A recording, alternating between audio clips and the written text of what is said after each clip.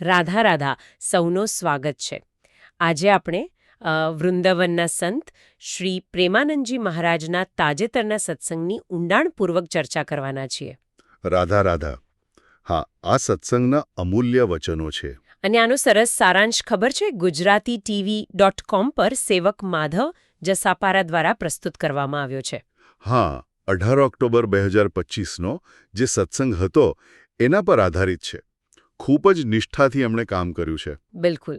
તો આજના આપણા આ વિશ્લેષણમાં આપણે ભક્તિ, શરણાગતિ, પછી પેલું અહંકારનું સ્વરૂપ. હા, અને સાધનામાં જે પડકારો આવે ને એના સમાધાન પર મહારાજશ્રીનું જે માર્ગદર્શન છે એની વાત કરીશું. અમારો પ્રયત્ન એ જ રહેશે કે મહારાજજીના જે મુખ્ય ઉપદેશો છે એના ગર્ભિત અર્થો શ્રોતાઓ સુધી આમ સરળતાથી પહોંચે. હા, જેથી એમના આધ્યાત્મિક જીવનમાં ઉપયોગી થાય.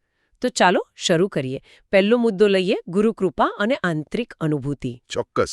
સત્સંગમાં એક ભક્તે ખબર છે બહુ સારો સવાલ પૂછ્યો હતો. શું હતું? એનો જવાબ પણ બહુ ગહન હતો. એમણે કહ્યું, તે છાતીમાં છે, ગુરુજીએ અહીં આપી છે. આનો શું મતલબ સમજવો? બરાબર. એટલે મહારાજજીનો કહેવાનો મતલબ એ જ હતો કે જે સાચું જ્ઞાન છે, જે વાણી, જે મંત્ર, ખરું ને, જે સાચે જ પરિવર્તન લાવી શકે, એ કોઈ ડાયરીમાં લખેલું ના મળે. એ તો ગુરુમુખેથી સીધું શિષ્યના હૃદયમાં ઉતરે. એટલે કે પેલું લખેલું કે વાંચેલું નહીં, પણ અનુભૂતિનું જ્ઞાન. હા, બિલકુલ. એ આંતરિક ચેતનાનો વિષય છે, કોઈ ભૌતિક વસ્તુ નથી. તો પછી ગુરુ પાસેથી જે મળ્યું નામ, મંત્ર કે જે પણ ઉપદેશ હોય, હા, એનું જ સતત શ્રવણ, મનન કરવું પડે. એ જ રસ્તો છે. એકદમ સાચી વાત. પુસ્તકો, ડાયરીઓ મદદરૂપ થાય એ વાત અલગ છે, પણ મૂળ સ્ત્રોત તો ગુરુવાણી જ છે. એને કાનથી સાંભળી, બુદ્ધિથી સમજી અને પછી હૃદયમાં ઉતારીને એનું નિરંતર સુમિરન કરવું, જાપ કરવું. આખી પ્રક્રિયા છે. એનાથી જ પેલી વાણી ચેતનવંતી બને અને ભગવત પ્રેમ, રાધારસ જેને કહીએ, એની અનુભૂતિ તરફ લઈ જાય. બરાબર. હવે ગુરુકૃપાની વાત પછી પેલો બીજો મોટો મુદ્દો, અહંકાર, સાધનાનો મોટો અવરોધ. હા, અહંકાર, એના પર તો બહુ ઊંડાણથી ચર્ચા થઈ હતી સત્સંગમાં. એક સાધકનો ડર હતો ને કે વિનમ્રતા રાખીએ તો વિનમ્રતાનું અભિમાન આવી જાય, કૃપા મળી એમ માનીએ તો કૃપાનું અભિમાન. અને અભિમાન નથી એમ માનીએ તો એનું પણ અભિમાન. બહુ સૂક્ષ્મ વાત છે આ. હા, તો આ ભયમાંથી કેવી રીતે બચવું? આ સવાલ તો ઘણા સાધકોના મનમાં હોય છે, ખરું ને? મહારાજજીએ બહુ સરસ જવાબ આપ્યો. એમણે કહ્યું કે આ જે માયાના બનાવેલા અહંકારના રૂપો છે એનાથી ડરવાની જરૂર નથી. એમ? તો શું કરવું? શરણાગતિ. જો આપણે ભગવાનના શરણમાં હોઈએ તો ચિંતા નહીં. એટલે ભગવાનનું નામ અને આશ્રય લઈએ તો પેલો સૂક્ષ્મ અહંકાર પણ શુદ્ધ થઈ જાય? હા, મહારાજજીનો ભાવ એ જ હતો. જે માઇક અહંકાર છે, જે આપણને બાંધે છે, એ ભગવાનના નામ સ્મરણથી, શરણાગતિથી ભગવત સ્વરૂપમાં બદલાઈ જાય છે. અચ્છા. એમણે પેલું તુલસીદાસજીનું ઉદાહરણ આપ્યું, મેં સેવક રઘુપતિ પતિ મોરે. હા. આ ભાવ કે હું ભગવાનનો સેવક, ભગવાન મારા સ્વામી, આ અભિમાન મતલબ પવિત્ર છે, એ બાધક નથી. એ સહાયક છે. હા, એ સાધનામાં મદદ કરે. આ બહુ મોટો ભેદ છે, સમજવા જેવો. મલિન અહંકાર અને પવિત્ર અહંકાર. પેલું હું મોટો સાધક છું વાળો, એ મલિન અહંકાર, હા, એ કઠોરતા લાવે. હા. જ્યારે હું દાસ છું, એ પવિત્ર છે. તો આ મલિન અહંકારને કાઢવા શું કરવું? એમાં માટે મહારાજજીએ નમન ભક્તિ પર ભાર મૂક્યો. બધામાં ભગવાન જુઓ, સૌને નમસ્કાર કરો. એનાથી અહંકાર ઓગળે. હા, ખૂબ જલ્દી. આ નમ્રતા આવે એટલે પેલું મલિન અહંકાર જાય અને હું ભગવાનનો છું એ નિર્મળ, પવિત્ર ભાવ સ્થિર થાય. બહુ સરસ. હવે અહંકાર શુદ્ધ થાય પછી વાત આવે સમર્પણની. શરણાગતિ અને આત્મસમર્પણ, આ શબ્દો વપરાય છે. એમાં કોઈ ફરક છે? હા, આ પ્રશ્ન પણ સત્સંગમાં પૂછાયો હતો. મહારાજજીએ બહુ સ્પષ્ટતા કરી. એમણે કહ્યું કે શરણાગતિ, પ્રણતિ, પ્રપત્તિ, અવલંબન, આશ્રય, સમર્પણ, આ બધા શબ્દ. હા, શાસ્ત્રોમાં વપરાયેલા આ બધા પર્યાયવાચી શબ્દો છે. મૂળ ભાવ બધાનું એક જ છે. તો એ મૂળ ભાવ શું છે?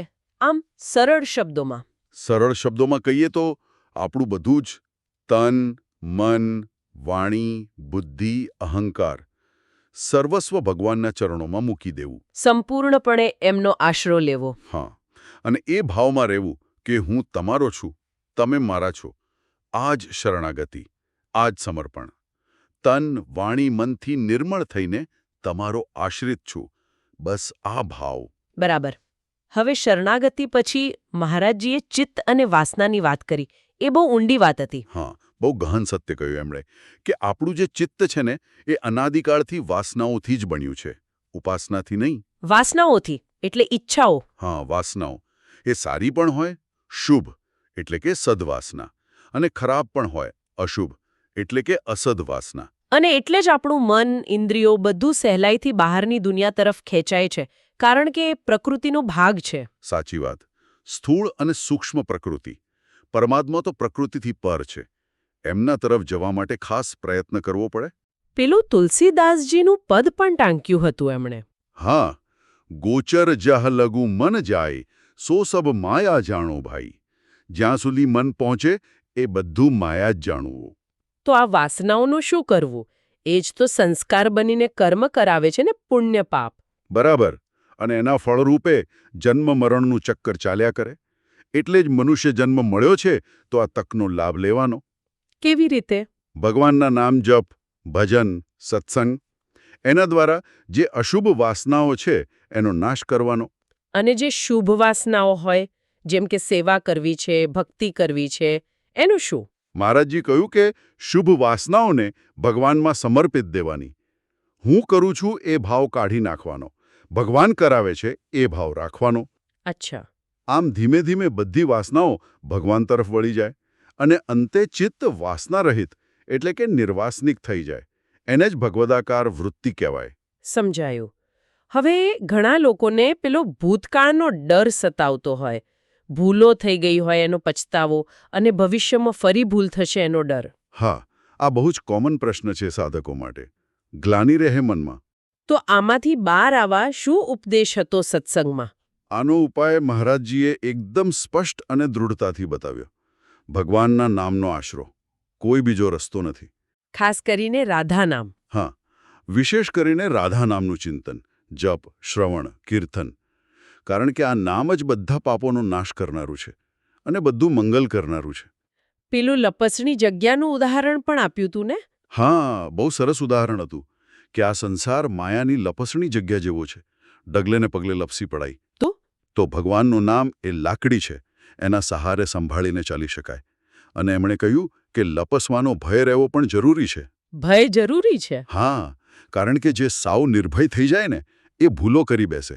ભગવાનનો, સમાજનો, કાયદાનો, ધર્મના નિયમોનો. આ ડર માણસને પવિત્ર રાખે છે. જે કોઈથી ડરે નહીં એ તો પછી પાપ કરતા અચકાય નહીં. બરાબર. અને જે ભૂલો થઈ ગઈ છે એના બોજમાંથી મુક્ત થવા માટે એમણે શાસ્ત્રોનું પ્રમાણ આપ્યું. કયું? નામ સંકીર્તનમ યસ્ય સર્વ પાપ પ્રણાશનમ પ્રણામો દુઃખ શમનમ તમ નમામિ હરિમ પરમ. અચ્છા, એટલે નામ સંકીર્તનથી સર્વ પાપ નાશ પામે અને પ્રણામ કરવાથી દુઃખ દૂર થાય. હા, માટે નિરંતર નામ જપ કરતા રહેવું અને ભગવાનને પ્રણામ કરતા રહેવું એ જ ઉપાય છે. બહુ જ સ્પષ્ટ માર્ગદર્શન. હવે એક બીજો રસપ્રદ પ્રશ્ન હતો. પેલું એકાદશી, જન્માષ્ટમી જેવા ખાસ દિવસોમાં ભજનમાં વધારે આનંદ આવે. હા, પણ રોજ એવું કેમ ન લાગે? હા, એવું કેમ? આનું શું કારણ? મહારાજજીએ બહુ સહજતાથી જવાબ આપ્યો. એમણે કહ્યું કે આ ભક્તિની શરૂઆતની અવસ્થા છે, પ્રારંભિક સ્થિતિ. શરૂઆતની એટલે? એટલે એમાં પેલી મહત્વ બુદ્ધિ કામ કરે છે. આપણે માનીએ છીએ કે આ દિવસ ખાસ છે, પવિત્ર છે, એટલે આપણું મન એ દિવસે વધારે જોડાય. તો જે સ્થિર થઈ ગયા હોય એમને આવું ના હોય? ના, એમના માટે તો દરેક ક્ષણ, દરેક દિવસ ભગવાનનું જ છે, ઉત્સવ જ છે. એમને કોઈ ખાસ તિથિની રાહ જોવાની જરૂર નથી. એમના માટે તો રોજ દિવાળી? હા, બરાબર. રોજ નવો આનંદ, નવો ઉત્સાહ. મહારાજજી તો હસીને કહેતા હતા કે એમને તો ઘણીવાર ખબર પણ નથી હોતી કે આજે કઈ તિથિ છે. વાહ! આ સ્થિતિએ પહોંચવું એ જ લક્ષ્ય છે. સારું, હવે પરોપકારની વાત કરીએ. શું કોઈ સાધક બીજાના દુઃખ લઈ શકે પોતાના પર? હા, સંતો વિશે આવું સાંભળીએ છીએ આપણે. તો મહારાજજીએ શું કહ્યું આ વિશે? એમણે સ્પષ્ટ કર્યું કે આ ક્ષમતા સિદ્ધ મહાપુરુષોમાં હોય છે, જેમને સંકલ્પ સિદ્ધિ મળેલી હોય. સામાન્ય સાધકો માટે નહીં. ના, સિદ્ધ પુરુષ પોતાના તપોબળથી, સંકલ્પ શક્તિથી શરણાગતના જે કષ્ટ આપનારા પ્રારબ્ધ હોય ને હા એને પોતાના પર લઈ લે અને પોતે ભોગવીને એને ખતમ કરી દે, જેથી પેલો શરણાગત ભક્તિ કરી શકે. સામાન્ય સાધકો માટે આ શક્ય નથી. આ જાણવું જરૂરી છે, નહીતર ખોટી ધારણાઓ બંધાય. હવે એક બહુ જ પ્રેક્ટિકલ પ્રશ્ન. જે લોકો વિદેશમાં રહે છે અથવા જુદા કલ્ચરમાં કામ કરે છે, હા, એમના માટે ધર્મનું પાલન કરવું, જીવનશૈલી જાળવવી અઘરી પડે ક્યારેક. તો એવા સંજોગોમાં શું કરવું? કેવી રીતે પોતાની ધાર્મિકતા જાળવવી? આનો મહારાજજીએ બહુ જ સંતુલિત જવાબ આપ્યો. એમણે કહ્યું, મુખ્ય સિદ્ધાંત છે અસંગ રહેવું. અસંગ એટલે એટલે કે જ્યાં કામ કરો છો ત્યાં લોકો સાથે હળોભળો વ્યવહાર રાખો, પણ એમના આચાર વિચારથી, રહેણીકરણીથી પ્રભાવિત ન થાઓ. પોતાના ધર્મ અને સંસ્કાર પ્રમાણે જીવવાનું. હા, અને એમણે કુસંગથી બચવાની પણ વાત કરી. અને એ પણ કહ્યું કે કુસંગ માટે કંઈ વિદેશ જવાની જરૂર નથી. હા, એ બહુ મોટી વાત કહી. આજકાલ તો મોબાઈલ જ મોટો કુસંગ છે. વાત એ છે કે આપણે આપણી જાતને સુધારવાની છે, જગ્યા કે લોકો આપણને નહીં સુધારે. જો આપણી પ્રકૃતિ સારી હશે તો કુસંગ પણ કંઈ બગાડી ના શકે. પેલું રહીમનું ઉદાહરણ આપ્યું એમણે. જો રહીમ ઉત્તમ પ્રકૃતિ કા કરી શકત કુસંગ, ચંદનવેશ વ્યાપત નહીં લીપટે રહત ભુજંગ. વાહ! સાપ વીંટળાયેલો હોય તોય ચંદનને ઝેર ન ચડે. બહુ સરસ. હવે એવો મુદ્દો લઈએ જે ઘણાને મૂંઝવે. કોઈ આપણા ઈષ્ટદેવ કે ગુરુની નિંદા કરે તો? હા, મન વિચલિત થઈ જાય, ગુસ્સો આવે. તો શું કરવું? અને એની સાથે બીજો સવાલ હતો કે કોઈ શિવ ભક્ત હોય અને હવે રાધા નામ ગમવા માંડે તો? શું એ શિવજીથી દૂર જઈ રહ્યા છે? નિંદાવાળી વાતમાં મહારાજજીની સલાહ બહુ સ્પષ્ટ હતી. કોઈની સાથે મતલબ જ ન રાખો. કોણ શું બોલે છે એના પર ધ્યાન જ ના આપો. આપણી સાધનામાં જ મસ્ત રહેવું. બસ. એ નિંદા કરનારની મતિ, એના સંસ્કાર આપણે શું લેવા દેવા? આપણે આપણી આરાધના કરવાની. અને પેલું શિવ ઉપાસકમાંથી રાધા નામ તરફ વળવાનું. એમાં મહારાજજીએ બહુ સુંદર સમજણ આપી કે રાધા નામમાં પ્રીતિ થાય એ પણ શિવજીની જ કૃપા સમજવી. શિવ અને કૃષ્ણ કે રાધા તત્વથી એક જ છે. અચ્છા. રાધા નામ ગમવા માંડ્યું એનો અર્થ કે શિવજી જ ઈચ્છે છે કે તમે આ નામ લો, એમ માનીને નિઃસંકોચ જપ કરો. મહારાજજીએ પોતાનું જ ઉદાહરણ આપ્યું. હા, એ પોતે શૈવ પરિવારમાંથી. અને કાશીમાં રહ્યા છે, પણ આજે સંપૂર્ણપણે રાધા કિશોરીજીના ચરણોમાં છે. આમાં કોઈ વિરોધ નથી. આ સાંભળીને ઘણાની મૂંઝવણ દૂર થશે. હવે એક બીજો સંવેદનશીલ મુદ્દો. ભૂતકાળમાં ક્યારેક અજાણતા ભૂલ થઈ ગઈ હોય, જેમ કે ભીડમાં કોઈ માતા બહેનને સ્પર્શ થઈ ગયો. હા, અને પછી એની ગ્લાની મનમાં રહ્યા કરે. તો એમાંથી કેવી રીતે બહાર નીકળવું? મહારાજજીએ કહ્યું કે આવી અજાણતા થયેલી ભૂલ માટે પહેલાં તો હૃદયથી પસ્તાવો કરવો, ભગવાન સામે રડીને માફી માંગવી. અને ભવિષ્ય માટે? ભવિષ્યમાં વધારે સાવધાન રહેવાનો પાક્કો નિશ્ચય કરવો. અને સૌથી મહત્વનું, નિરંતર નામ જપ ચાલુ રાખવો. એમણે મનની ચંચળતા વિશે પણ ચેતવ્યા હતા, નહીં? હા, બહુ ભાર દઈને કહ્યું કે મન બહુ ચંચળ છે, દુષ્ટ છે. એ વારે વારે જૂની ભૂલો યાદ કરાવશે, ગ્લાનીમાં ડૂબાડશે. તો શું કરવું? આપણે નામ જપથી એને કાબૂમાં રાખવાનું છે, એની નકારાત્મક વાતોમાં પડવાનું નથી. સતત સાવધાની અને નામ જપ એ જ ઉપાય. હવે સત્સંગના લગભગ અંત ભાગમાં પેલો ખૂબ જ મહત્વનો શ્લોક આવ્યો.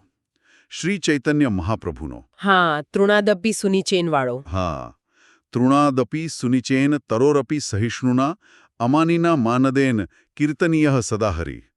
આ તો વૈષ્ણવ ધર્મનો સાર છે. તૃણાદપી સુનિચેન એટલે પોતાને ઘાસના તણખલાથી પણ નીચું સમજવું.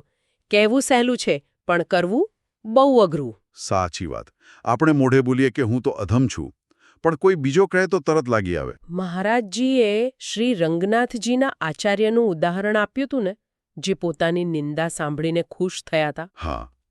બીજો ગુણ છે તરોરપી સહિષ્ણુના, વૃક્ષ જેવી સહનશીલતા. વૃક્ષને પથ્થર મારો તો એ ફળ આપે.